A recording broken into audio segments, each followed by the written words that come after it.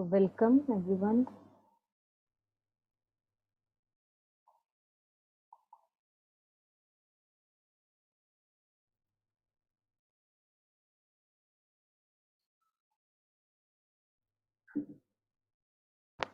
So I think today we have to start from here, the power of thought. And although we have been earlier, in earlier paragraphs also, we have been touching upon how we misuse usually our thought and how it has to be converted if at all we have to think, like Mother says, that if you have to obsessively think, uh, just change the direction of your thinking. So think positive and think lofty and high and have certitude that truth will win all the time. So if we have to think positively in one sense. So today I think we go a little deeper into it, the power of thought. I think we did maybe touch a little, not too much, but we'll go through it.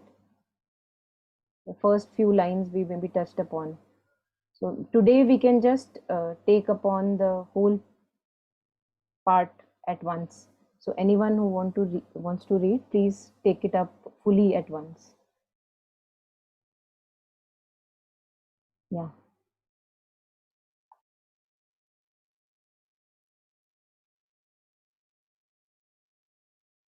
The power of thought.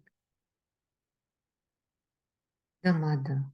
The power of thought over the body is tremendous. You cannot imagine how tremendous it is. Even a thought that is subconscious and sometimes quite unconscious acts and produces fantastic results. Tiny, tiny mental or vital reactions, so small that to our ordinary consciousness they seem not to have the least importance, act upon the body's cells and create disorders. When you observe attentively, you suddenly become aware of a slight uneasiness, a mere nothing. If you're busy, you don't even notice it. And then, if you pursue this uneasiness to see what it is, you perceive that it comes from something quite imperceptible and insignificant to our active consciousness, but it is enough to make the body feel uneasy. That is why, unless you can be at will and constantly in what they call here the Brahmic consciousness, it is practically impossible to control. And this is what gives the impression that certain things happen in the body independently of not only of our will but of our consciousness. It is not true. Only there is everything that comes from outside. That is what is most dangerous. Constantly, you eat, you catch it. What a mass of vibration. The vibrations of the thing you are eating, when it was alive, they always remain. The vibrations of the person who cooked it, the vibration of all the time, it never stops. You breathe, it enters. Naturally, when you start talking to someone or mixing with people, then you become a little more conscious of what is coming. But even when you are just sitting still, not paying attention to others, it comes. There is an almost total interdependence. Isolation is an illusion. By reinforcing your atmosphere, Mother gestures as if building a wall around herself. You can keep these things at a distance to a certain extent. But I know absolutely that once this whole mass of the physical mind is mastered and the Brahmic consciousness is brought into it in a continuous way, you become the master of your health. And that is why I tell people, not that I expect them to be able to do it, at least not now, but it is good to know it, that it is not a matter of fate, that it is not something that completely escapes our control, that it is not some sort of law of nature over which we have no power. It is not true. We are truly the masters of everything that has been brought together to create our transitory individuality, and the power of control is given to us if we know how to use it. This 21 is it down the footnote? It's just this reference talk of 25th Okay. October 1960. Yeah. Now we'll go through the talk. Good one. Why not?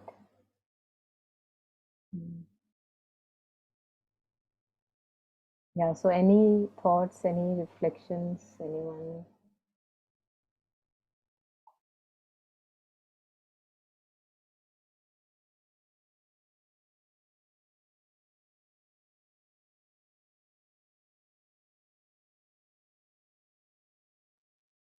Yeah, lots of thoughts, but like here it said that better not to go here and there. So I'll just keep it very short that, again, the importance of Sangat, right? Like the more we are looking in books, right? Like it is Dharma, Sangha.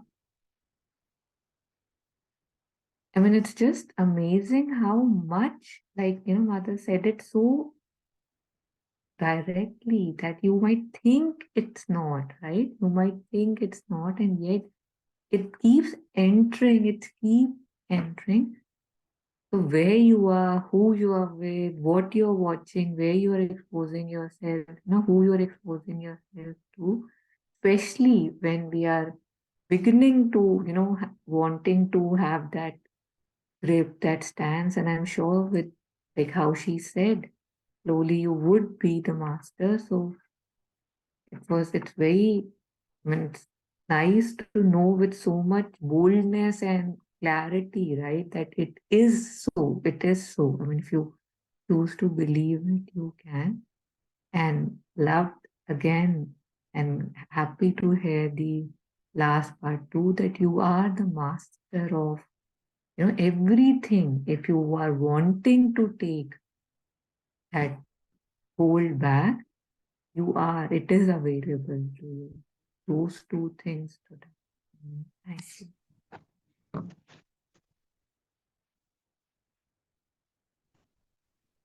Yeah, thank you.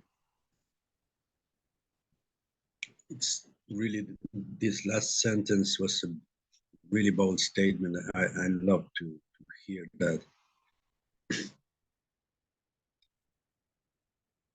I was thinking about the issue of the subconscious, of how our subconscious thoughts can make such an impact also. And I find I find it not easy sometimes to cope with that. I I I feel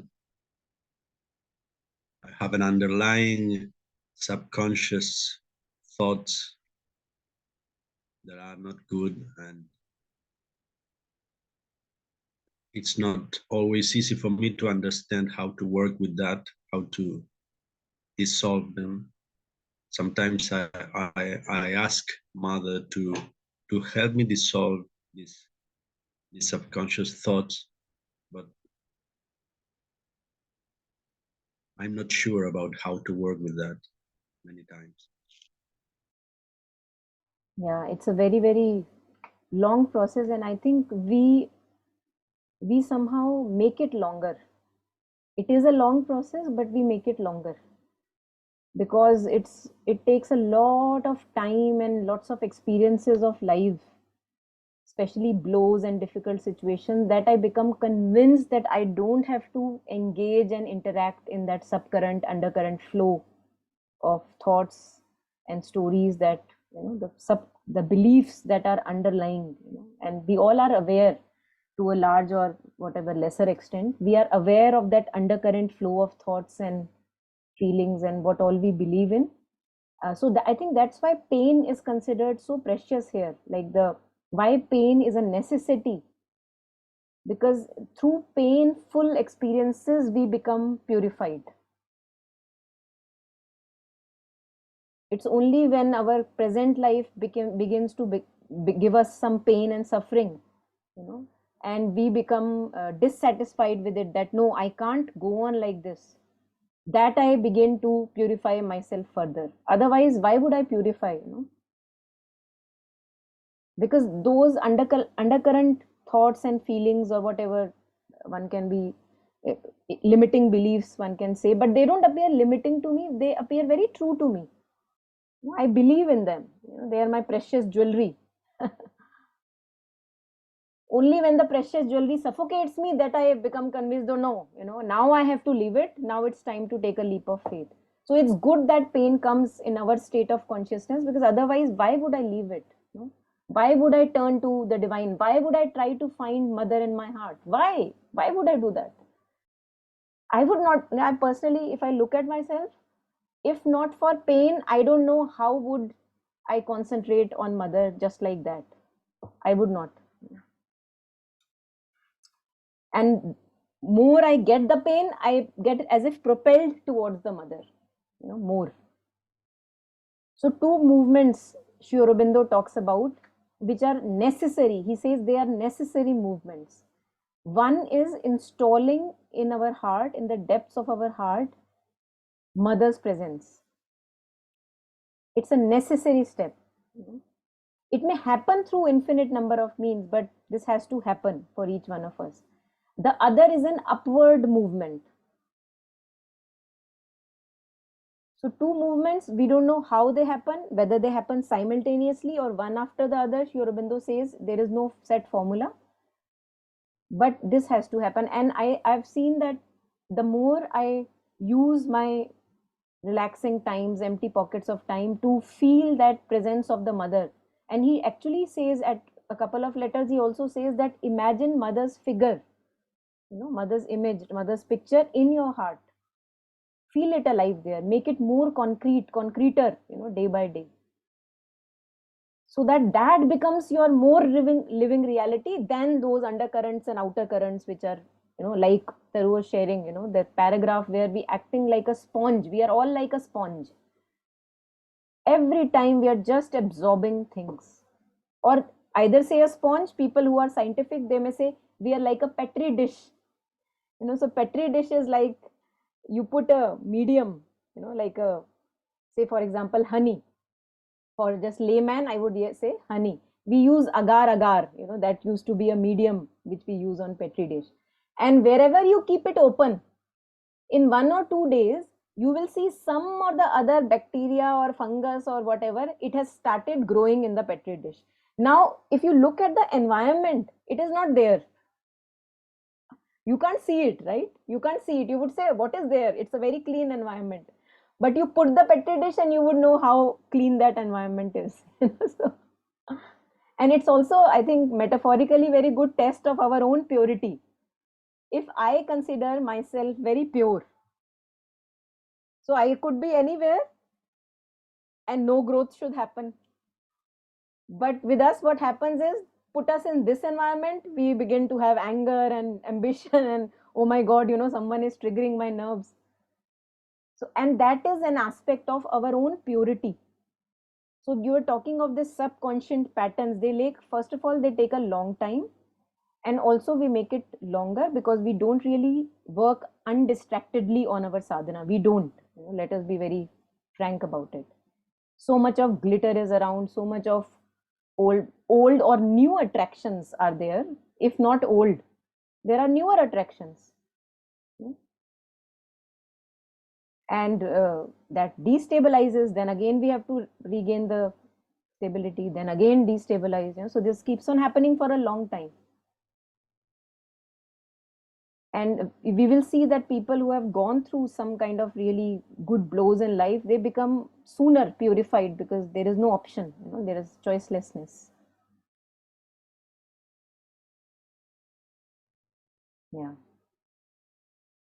Totally agree. Thank you. Yeah.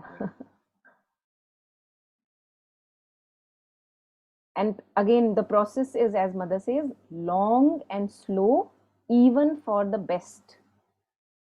So that we have to take it as a fact, and not, of course, get frustrated, but do on continuing our, I would say, working for our purity.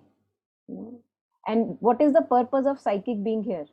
Psychic being is the one which is telling me how impure I am still. That's the purpose of. So psychic opening is a very necessary opening.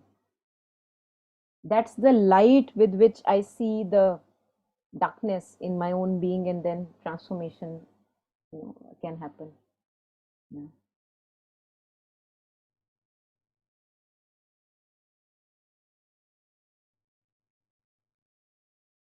Yeah, Ritu, you wanted to add on something? Yeah. So one thing is that you just said that Sri Aurobindo said two things that are necessary. One is installing in the depths of our heart Mother's presence. So by Mother's presence, he basically meant divine presence. I mean, we can also install Sri Aurobindo's presence or anybody else's presence. I think whatever comes naturally to you. If Krishna comes naturally to you, Yeah. you can, yeah, it doesn't matter. Yes. Mm-hmm. Yes, but it And matters another thing, because in integral yoga, uh, Mother's presence is helpful, for those, since he was talking to sadhaks who were having faith in Mother. yeah.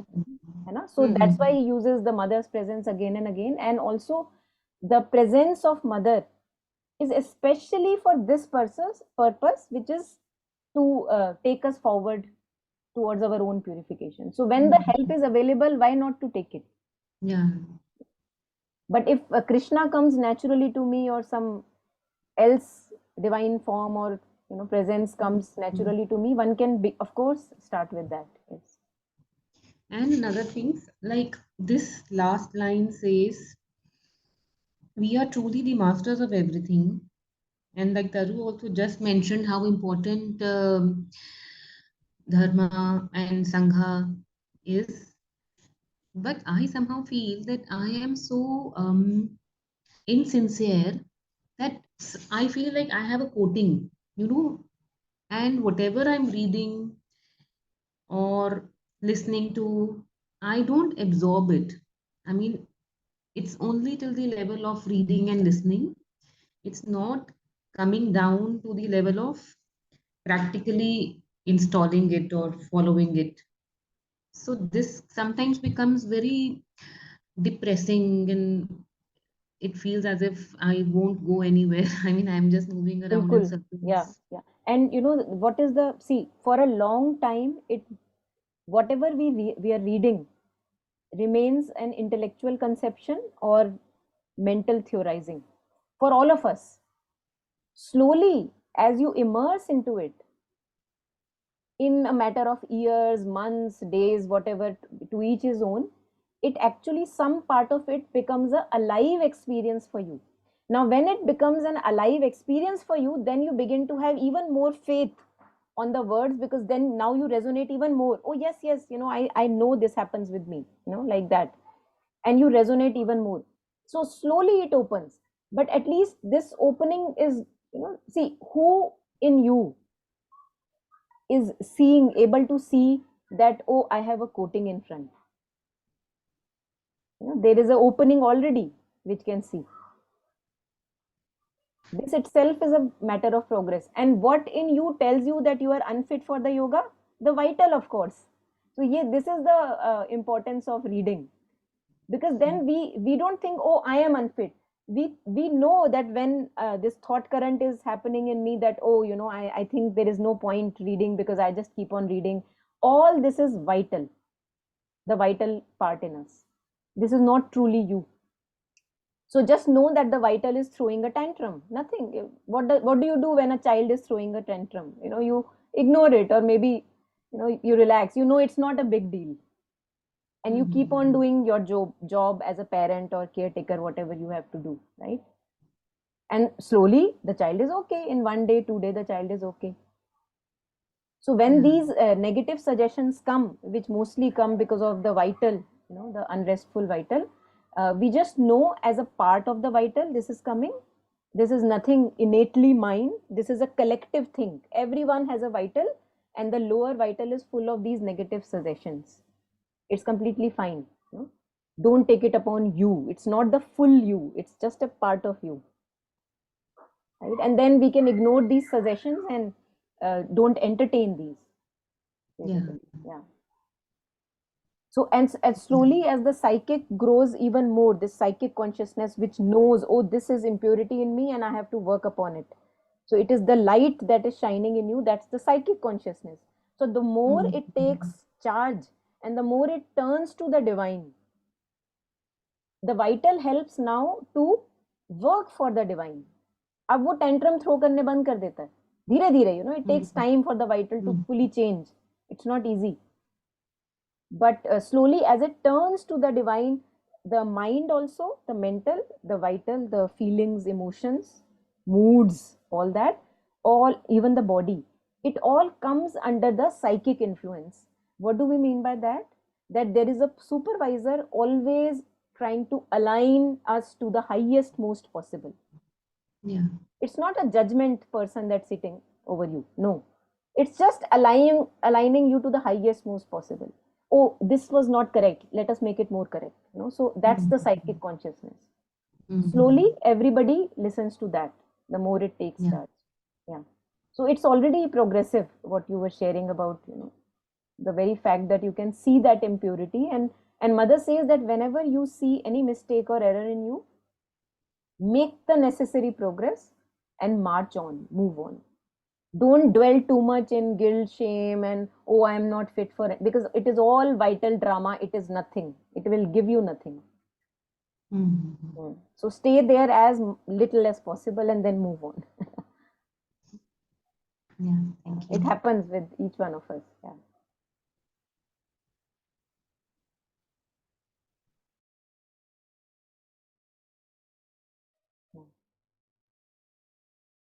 So anything more here, anyone? There are many things, of course, one can go on discussing, and I'm not sure whether we'll be able to touch upon all the layers, but good to at least read it, know about it, and the possibility that exists for each one of us. So if there is anything more, please share.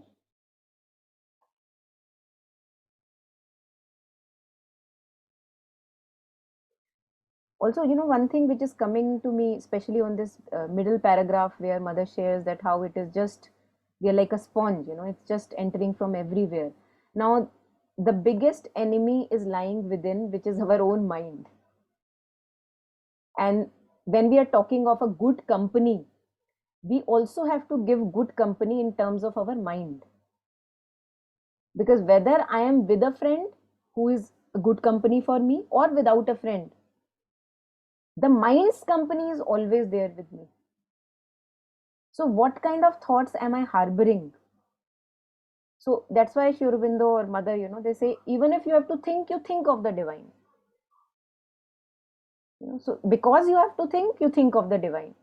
And then in India, we have so many, aartis and rituals where you can just, like Vishnu's Rahasyanam, 1,000 names of Vishnu. So what do? Empty time, you study or just reiterate 1,000 names of Vishnu. So if we go, because the empty pockets are the ones where the most of the corruption happens in the mind. And if we can occupy these empty pockets of time with either a scripture or a Buddha or a Dharma or a Sangha, in whatever way, listening to a mantra, repeating a mantra, then we are immersing that sponge in the holy sacred water of whatever good river that you can call, and you can be sure that okay, you're having that protection within you. You're not being your own enemy. So the repetitive loops of thoughts is what is a bad company and which we have to avoid. It's a very, very bad company. It doesn't even can't be seen. So you may be in a forest, but that repetitive company is with you. So outer environment is very beautiful, but what about the inner environment? And if the inner environment is beautiful, then whether you are in a forest or in Alipur jail, all well. So we have to carry our atmosphere, as Mother says. Since everything is an atmosphere, why not I also carry my own atmosphere? We all do carry. So carry good atmosphere, carry uplifting atmosphere. Like Alokda shares, if you have a contagion, let it be a contagion of faith, he says. If people can give you all kinds of things, why things can go wrong, you can also tell why things will always go right. So be a die-hard optimist, as Mother says. So that's our social responsibility.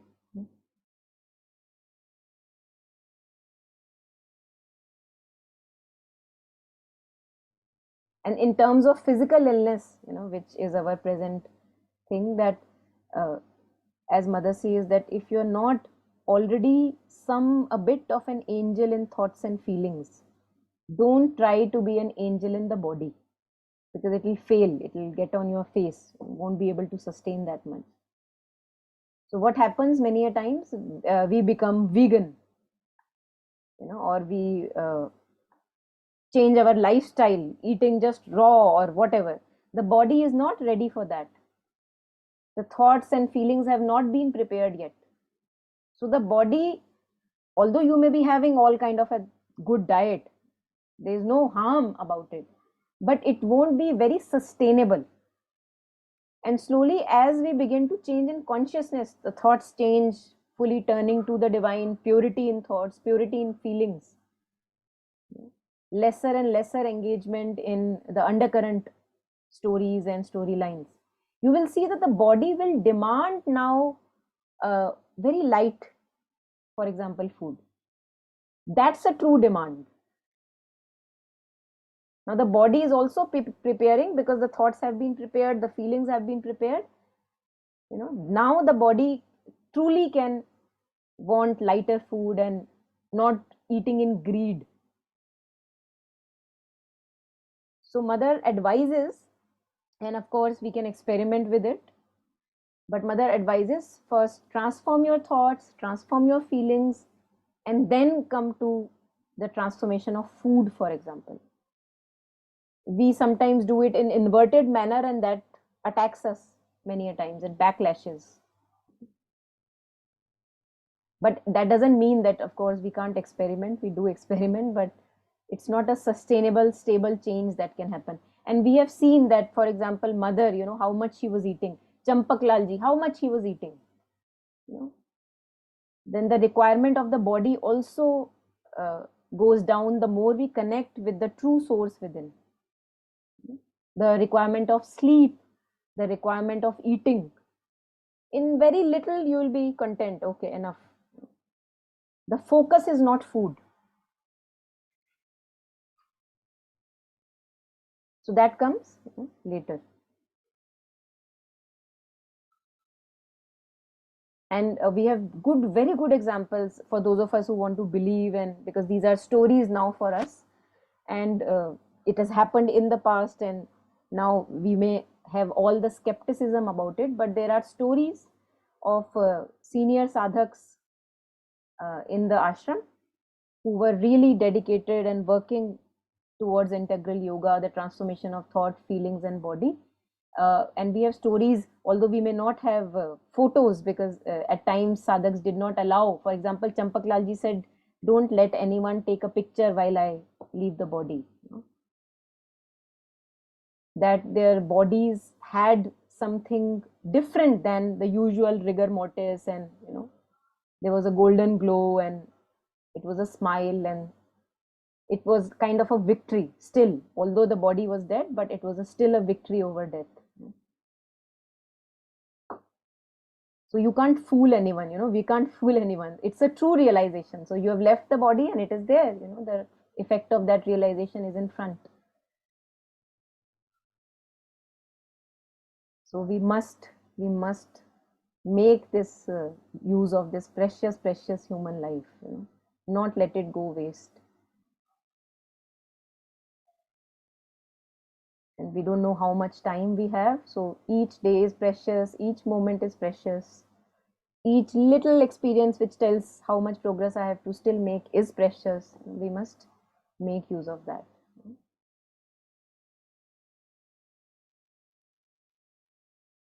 And install, for those of us who have faith, feel mother's picture in the heart, in the depths of your heart, horizontal depths of your heart. Like you enter your heart and go deeper, you reach the backside, inside of your spine, in the horizontal depths of your heart, you feel mother's presence.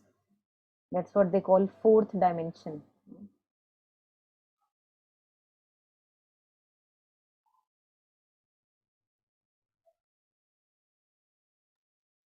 Yes, I also would say that,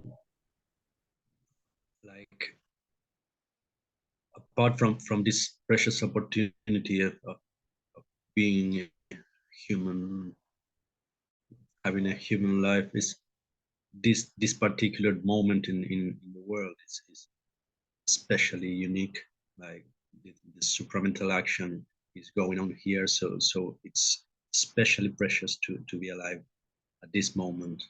We should cherish that, and try to open our minds that that this moment there is a spiritual force that is operating in us that wasn't existing in another time, and there are things possible that there are not even in other spiritual scriptures. Like we didn't even know that how special this moment is.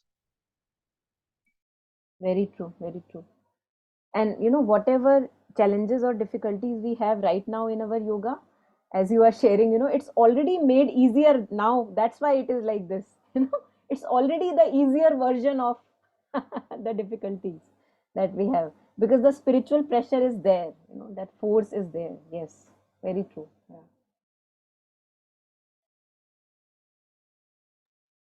I also, um, we were reading about it. I think you spoke about it, about being like a sponge, absorbing absorbing the energy in the outer environment. Recently, I was just talking to somebody who is a shaman, practices shaman healing, and she actually shared an example. And when she was actually sharing an example, it reminded me of Chetna, because I think Chetna shared a very similar example in one, I think, yeah, last week session. It was recent only, and she was talking about how um you know she was sitting in the bus, and there was this gentleman who came and who sat beside her. She didn't know it, but immediately there was a lot of pain that she felt in her body, and she couldn't really understand what's going on. But she used to practice Shamsa, and that she didn't know that gentleman was quite old. But then she realized that gentleman has a very bad pain in the knee. and somewhere down the knee, and it was a chronic pain. Now, because she was a healer, and she was very sensitive. Some people are more, and that was a time when she was saying, I reminded of Chetna, that she was actually saying, oh, this is, I really struggle with it. I really struggle with it. And on the other hand, now this person was actually saying how she saw this as a gift. And she said, I went inside, and of course she was trained in it. She used to do it, and she actually, worked on it. She worked on that ache and the pain that he had. And she didn't say anything. She didn't talk to him or anything. But when the gentleman wanted to leave, he actually was surprised, because when you're used to living with the pain, and then suddenly the pain isn't there anymore, so you're like, that what happened? I don't have a pain anymore. Maybe there's a little pain. And what she was trying to say is that it was not actually the pain of the gentleman. There is this is just a prototype of the pain that exists in the cosmos. So, if you're sensitive, because she was actually telling me, because I said I'm emotionally very sensitive, I'll start crying or this happen, and then if you're sensitive, see it as a blessing, because you can really connect, and use that being a sponge, because we used to say, oh, we sponge bad thing, bad environment, and I do that as well. If I go into a place where there's too much talking, too much alcohol, too much, I will environ, and I can absorb, and for few days I will not feel like reading any spiritual book, not feel like meditating. There'll be a lot of tamas, and I'll say, what did I do? Why I'm not able to do it? And then I'll realize, oh, I actually went to an event which actually took away a lot from me. I could actually feel it. It took away. So what I wanted to say was that about being the sponge, and Chetna is also present, that how that example that she gave us stayed with me. And she said that how, I think you also said, Monica, that how she actually, because she was a shaman, she could actually use it as an opportunity to help the gentleman. And according to her, it was not a help only to that man, but to many other people like him. So yeah, so that was really revelatory for me as well, in the sense of my emotional sense, that if I emotionally get attached, or I feel this thing, I can use it in a different way as well. So just thought of sharing that. Yeah. Yeah, thank you. Yes.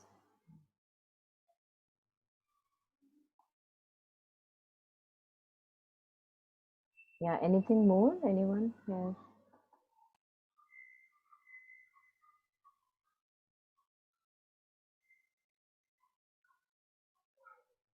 So I think both movements have to be parallel, it seems to me, that first of all, like we can't be too rushy about it, that the moment I start doing yoga and we understand that okay, now I am on the path, we begin to intermingle a lot with people so as to share with them about spirituality and all that, because that usually backlashes, because we are not yet ready. There is just this initial enthusiasm, and then we have our blows, and then we are more like on our own.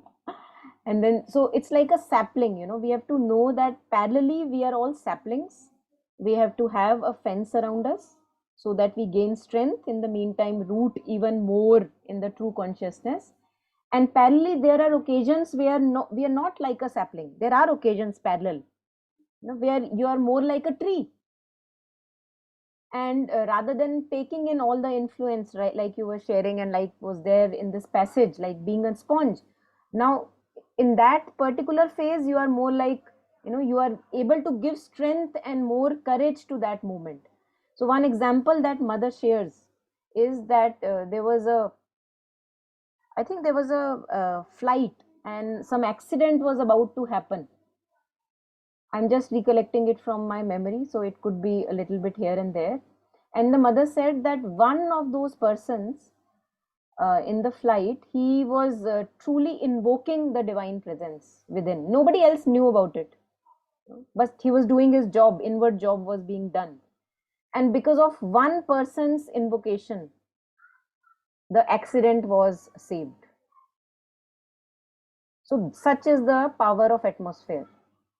So when other people can influence us with their raw material and all the the thoughts and feelings, why can't we do our job?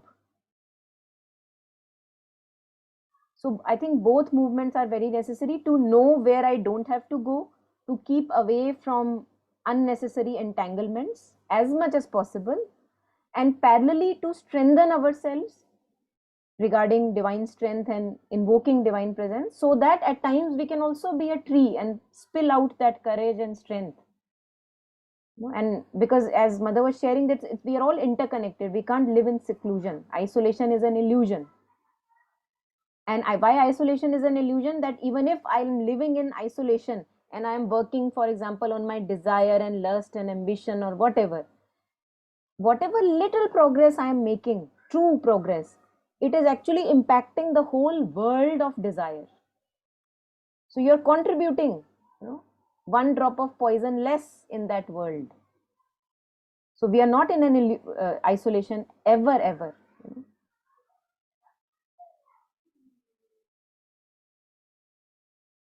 And vice versa is also true. Like if I follow my desires and dictates of my ego consciousness, I am actually contributing that to that poisonous consciousness. Yes, Yuan, please go ahead.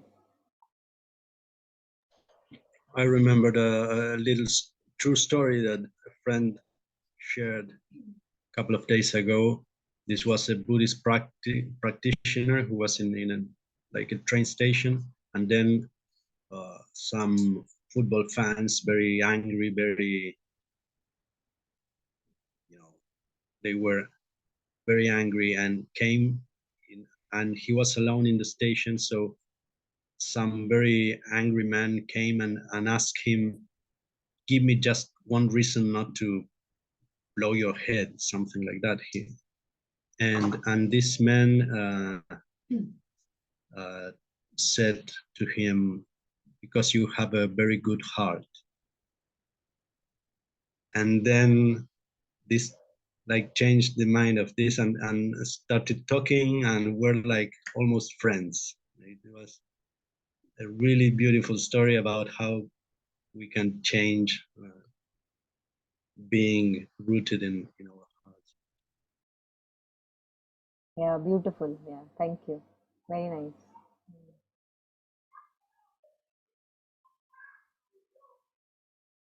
Eckhart Tolle, he uses the word pain body.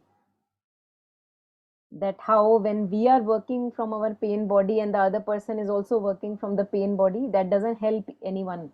While if we make the shift, then even the other person's pain body is not evoked, and provoked, sorry. Provoked is the right word. And the example that you shared, yes. So one was able to make the shift. Yeah. So anything more here, anyone on this passage that we read, or anything else that anyone wants to share?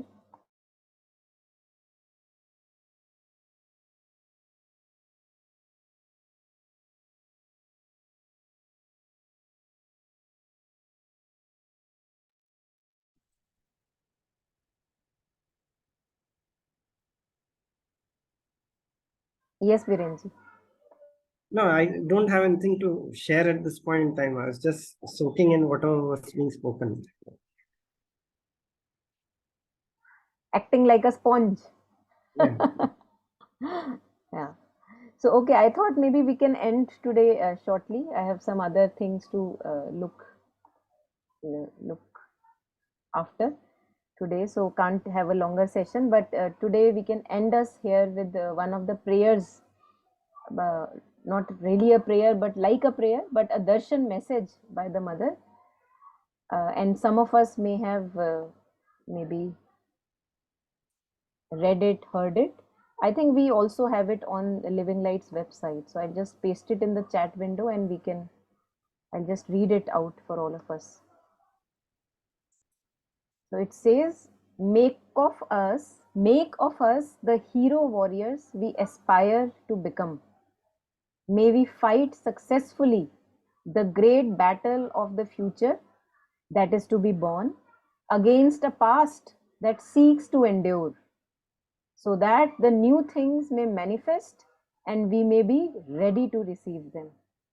So it's very interesting, here the part, may we fight successfully the great battle of the future that is to be born, a new future, a new consciousness that wants to take birth in me, against the past, the older patterns and previous undercurrent, the subconscious that we were talking of today, against a past that seeks to endure. So this is the battle, that is going on, and this is what has to be won. Always, in every moment, there is a future that is waiting to be born. Or so who will be the vijeta or the winner? The older patterns, the previous ways of our working, the earlier behavioral ways which are now of no use, or the new consciousness which wants to every moment also take birth. So a future that is to be born against a past that seeks to endure, that is not leaving me. That's what we call the ego consciousness, which comes again and again like a ghost, grips me. Yeah, so let us all be the hero warriors of the mother, and we all have the capacity, we all have the means, causes, conditions, and we must, into whatever degree, we must make use of it.